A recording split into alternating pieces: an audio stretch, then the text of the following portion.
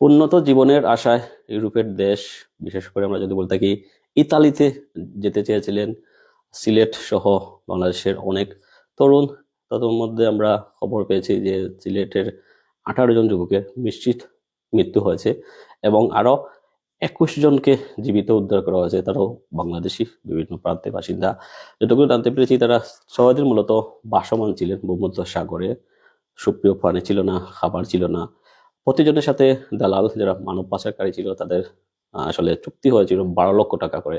12 লাখ চুক্তির ভিত্তিতে তাদেরকে আসলে মূলত তাদের ইউরোপের দেশ, আমরা কোনো কোনো কোনো সূত্রে পাচ্ছি গ্রিস, আসলে সেটা গ্রিস নয়, আলটিমেটলি সেটা ছিল ইতালিতে নিয়ে যাওয়ার কথা ছিল।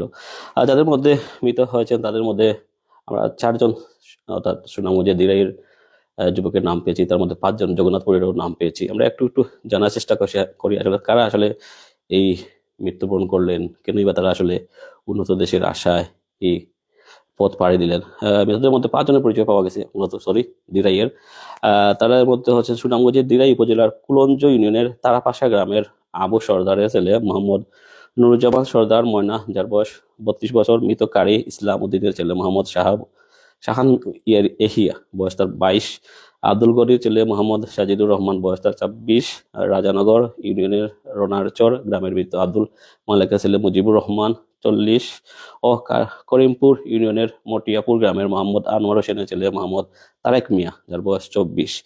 অর্থাৎ তারা মূলত গ্রিস যেতে গিয়ে বা ইতালি, আমরা যতটুকু জানি ইতালিতে হবে আলটিমেট গন্তব্য। আপনারা জানেন, তারা বেশিরভাগই জানেন এই নৌকাটিতে সাগর পথে যারা রওনা হয়েছিলেন তারা মূলত 43 জন ছিলেন। তাদের 43 জন ছিলেন, তারা মূলত ছোট যে নৌকা, আমরা অনেকেই হয়তো চিনি যারা সাগর পথে বিভিন্ন নিউজ দিয়ে দেখেন, রাবার রাবার নৌকা তোলা হয়েছিল। এই নৌকায় 5 জন সুদানের নাগরিক, অন্য 38 জন বাংলাদেশি ছিলেন। অর্থাৎ 38 জন বাংলাদেশি ছিলেন, 43 জনের মধ্যে 38 জন বাংলাদেশি ছিলেন, আর বাকি ছিলেন 5 জন সুদানের নাগরিক। অর্থাৎ সিলেটে যাওয়ার যুবকদের মরদেহ 2 দিন নৌকায় রাখা হয়েছিল, অর্থাৎ যারা মারা গেছেন তাদের মৃতদেহ 2 দিন নৌকায় রাখা হয়েছিল। পরে পাচ্ছে দুর্গন্ধ বের হওয়ায় মরদেহগুলো সাগরে ফেলে দেওয়া হয়। অর্থাৎ আপনারা এখন বুঝতে পারছেন যারা আসলে নিহত হয়েছেন, অর্থাৎ 18 সিলেটের যুবক, তাদের লাশ আর দেশে আসবে এরকম আশা নেই, যেহেতু তাদেরকে সাগরে ফেলে দেওয়া হয়েছে ভূমধ্য সাগরে। যখন মরদেহগুলো একদম পচিয়ে গলে যাচ্ছিল তখন তাদেরকে সাগরে ফেলে দেওয়া হয়েছিল মানব পাচারকারী চক্রে। মারা যাওয়া মোহাম্মদ শাহান ইদিয়া ভাই মূলত চুক্তি করেছিলেন যে আমরা যদি বলি থাকি তাদেরকে প্রথমে কিভাবে রওনা হয়েছিল। প্রথমে তাদের ঢাকা থেকে বিমানে সৌদি আরব, অর্থাৎ বিমানপথে নেওয়া হয়েছিল। পরে সৌদি আরব থেকে মিশর, দেন মিশর থেকে লিবিয়া নেওয়া হয় এবং লিবিয়া নেওয়ার পর অর্ধেক টাকা পরিশোধ করা হয়। অর্থাৎ লিবিয়া নেওয়ার পর যে 12 লক্ষ টাকার অর্ধেক টাকা পরিশোধ করা হয়। তিনি বলেছেন, যেটা আমরা জানতে পেরেছি, গত কয়েকদিন ধরে শাহানের কোনো খোঁজ খবর পাওয়া যাচ্ছিল না, অর্থাৎ তিনি মিসিং ছিলেন। বুট এর কথা বলতে থাকি, সুনামগঞ্জের আরো 12 থেকে 14 জন মারা গেছেন। আসলে যে বলা হচ্ছে বিভিন্নভাবে আমরা জানতে পেরে পাচ্ছি যে তাদের খবরের কথা আসলে যে কথা বলতেছিলাম যে 18 সিলেটের মৃত্যু, সেটা আমরা ইতিমধ্যে নিশ্চিত হতে পেরেছি। অনেকটা সংগঠিত সূত্র বলা আসলে, তবে কিছুটা হয়তো ব্যতিক্রম হতে পারে। আমরা যদি জগন্নাথপুরে 5 জন যুবকের মৃত্যুর খবর নিশ্চিত হতে পেরেছি, তাদের একটা পরিচয় আপনাদেরকে সামনে তুলে ধরি। তারা হচ্ছে মোহাম্মদ সোহানুর রহমান, তার গ্রামের নাম হলো বাউরি, উনি জগন্নাথপুরের বাসিন্দা। শায়েখ আহমদ, ওনার গ্রামের বাড়ি হলো ইসগাঁও, জগন্নাথপুর উনিও।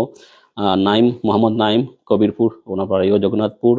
আর সেই সাথে আমরা যদি বলি মোহাম্মদ আমিনুর রহমান, পাইলগাঁও ওনার বাড়ি। সর্বশেষ যিনি তার পরিচয় পেয়েছি তিনি হচ্ছে মোহাম্মদ আলী, যার নাম হচ্ছে গ্রাম হচ্ছে ইসগাঁও।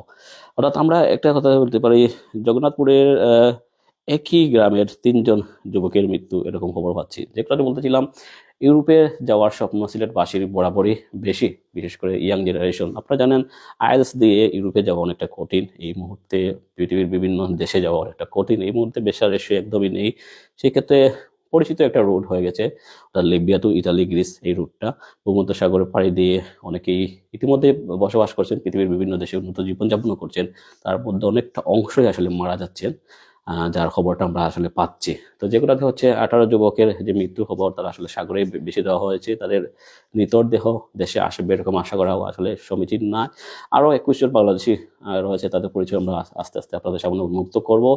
যতটুকু সম্ভব আমরা সমর্থিত সূত্র থেকে জানার চেষ্টা করবো এবং সরাসরি স্পটে গিয়ে, অর্থাৎ আমরা যে সুনামগঞ্জ, জগন্নাথপুর সেইসব এলাকায় আগামীকাল আমরা যাব, গিয়ে দেখবো আসলে কতটুকু পরিবার কিভাবে আসলে তাদেরকে দিয়েছিল বা কিভাবে তারা জানতে পেলেন দালালের সাথে তাদের কি ধরনের চুক্তি হয়েছিল এটা। তো এতক্ষণ আমি লাইভে ছিলাম সুজন আহমদ প্রাইম সিলেট থেকে। আপনাদেরকে অসংখ্য ধন্যবাদ আমাদের সাথে থাকার জন্য।